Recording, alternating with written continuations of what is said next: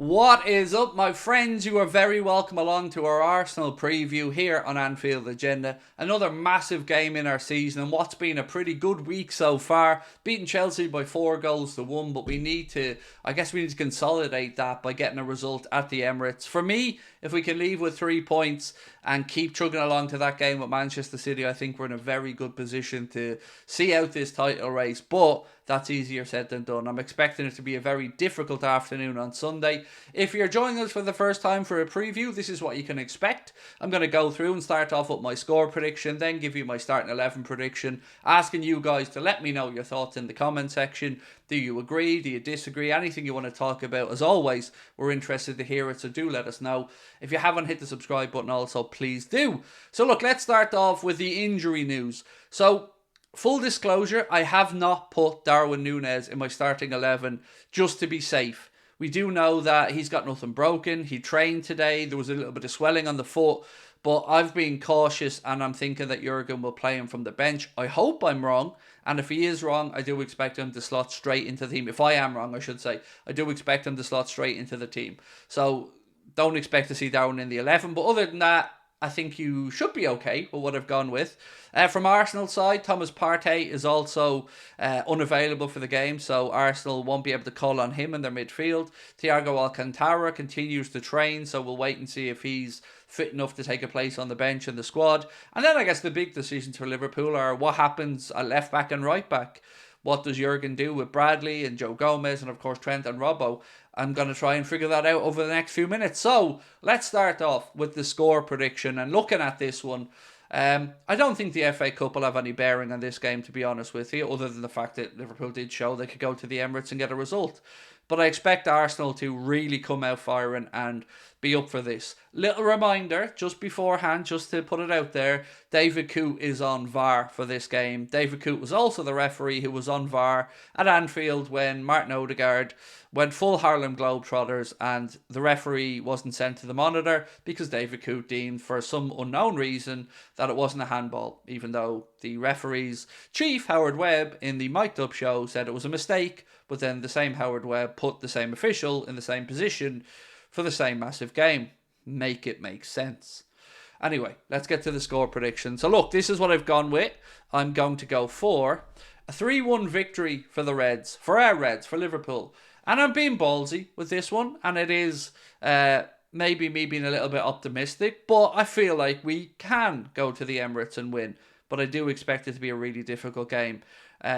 I hope we don't have to salvage a victory from the jaws of defeat or from going behind early. If we get to the first 15-20 minutes, manage the game well, I think we'll ease into it and should get the result. If we start anywhere near as fast as we did against Chelsea, I think we could blitz Arsenal and be 2 or 3 up before they wake up. So a lot will depend on how we start the game and of course how Arsenal started. But I feel like if both teams played to their best, we're the better team. That's my opinion. So let's move in and have a look at the predicted 11s now. Starting off as we always do with the goalkeeper and the centre backs. You're not going to have any surprises, at least I don't expect, in these positions. So it'll be Alisson Becker in goal, of course, and Ibrahima Konate and Virgil van Dijk in the centre-back positions. On those two, I'm a little bit confused, right?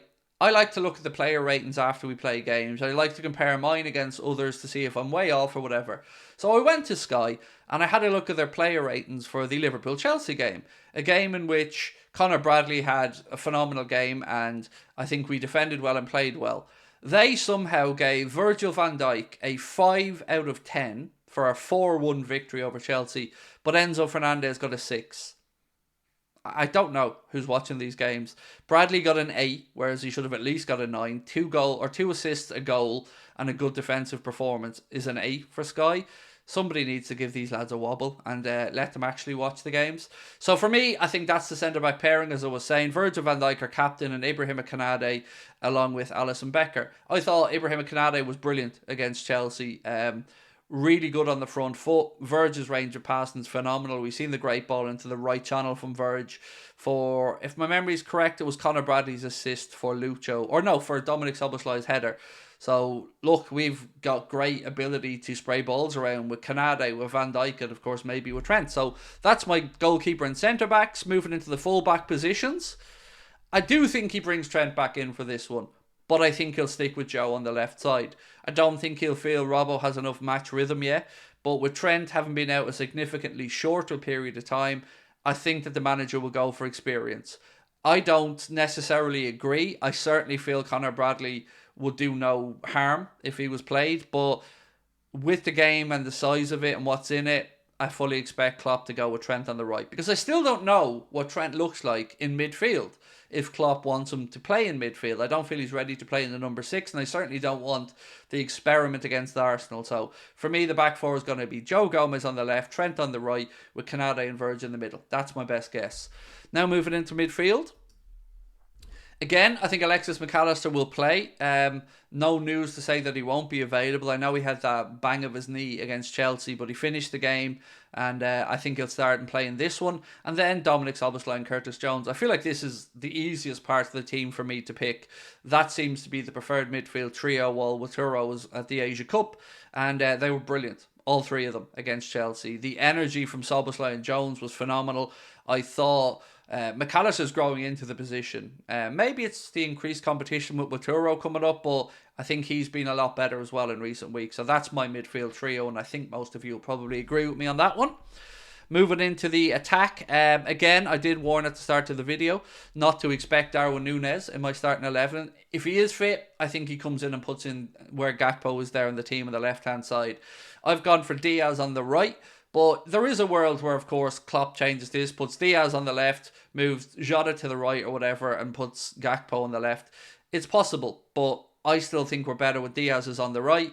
Hopefully Darwin's on the left, if not Gakpo, and then that all just remains us through the centre, which has to be Diogo Jota. It doesn't matter who's fit, that man's in goal scoring form. Curtis Jones has nicknamed him the Ghost because he can just, come out of nowhere in a game, find that decisive moment, grab a goal, and the rest is history. And I agree, good nickname for him. So that is my 11, my friends. Alisson Becker in goal, Trent Alexander-Arnold at right back, Joe Gomez at left back, Virgil van Dijk and Ibrahima Konate are going to be your centre backs.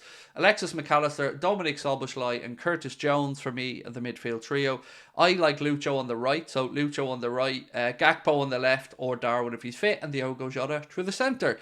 Let me know what you guys think. Do you agree? Do you disagree? Would love to know your score predictions for the game as well.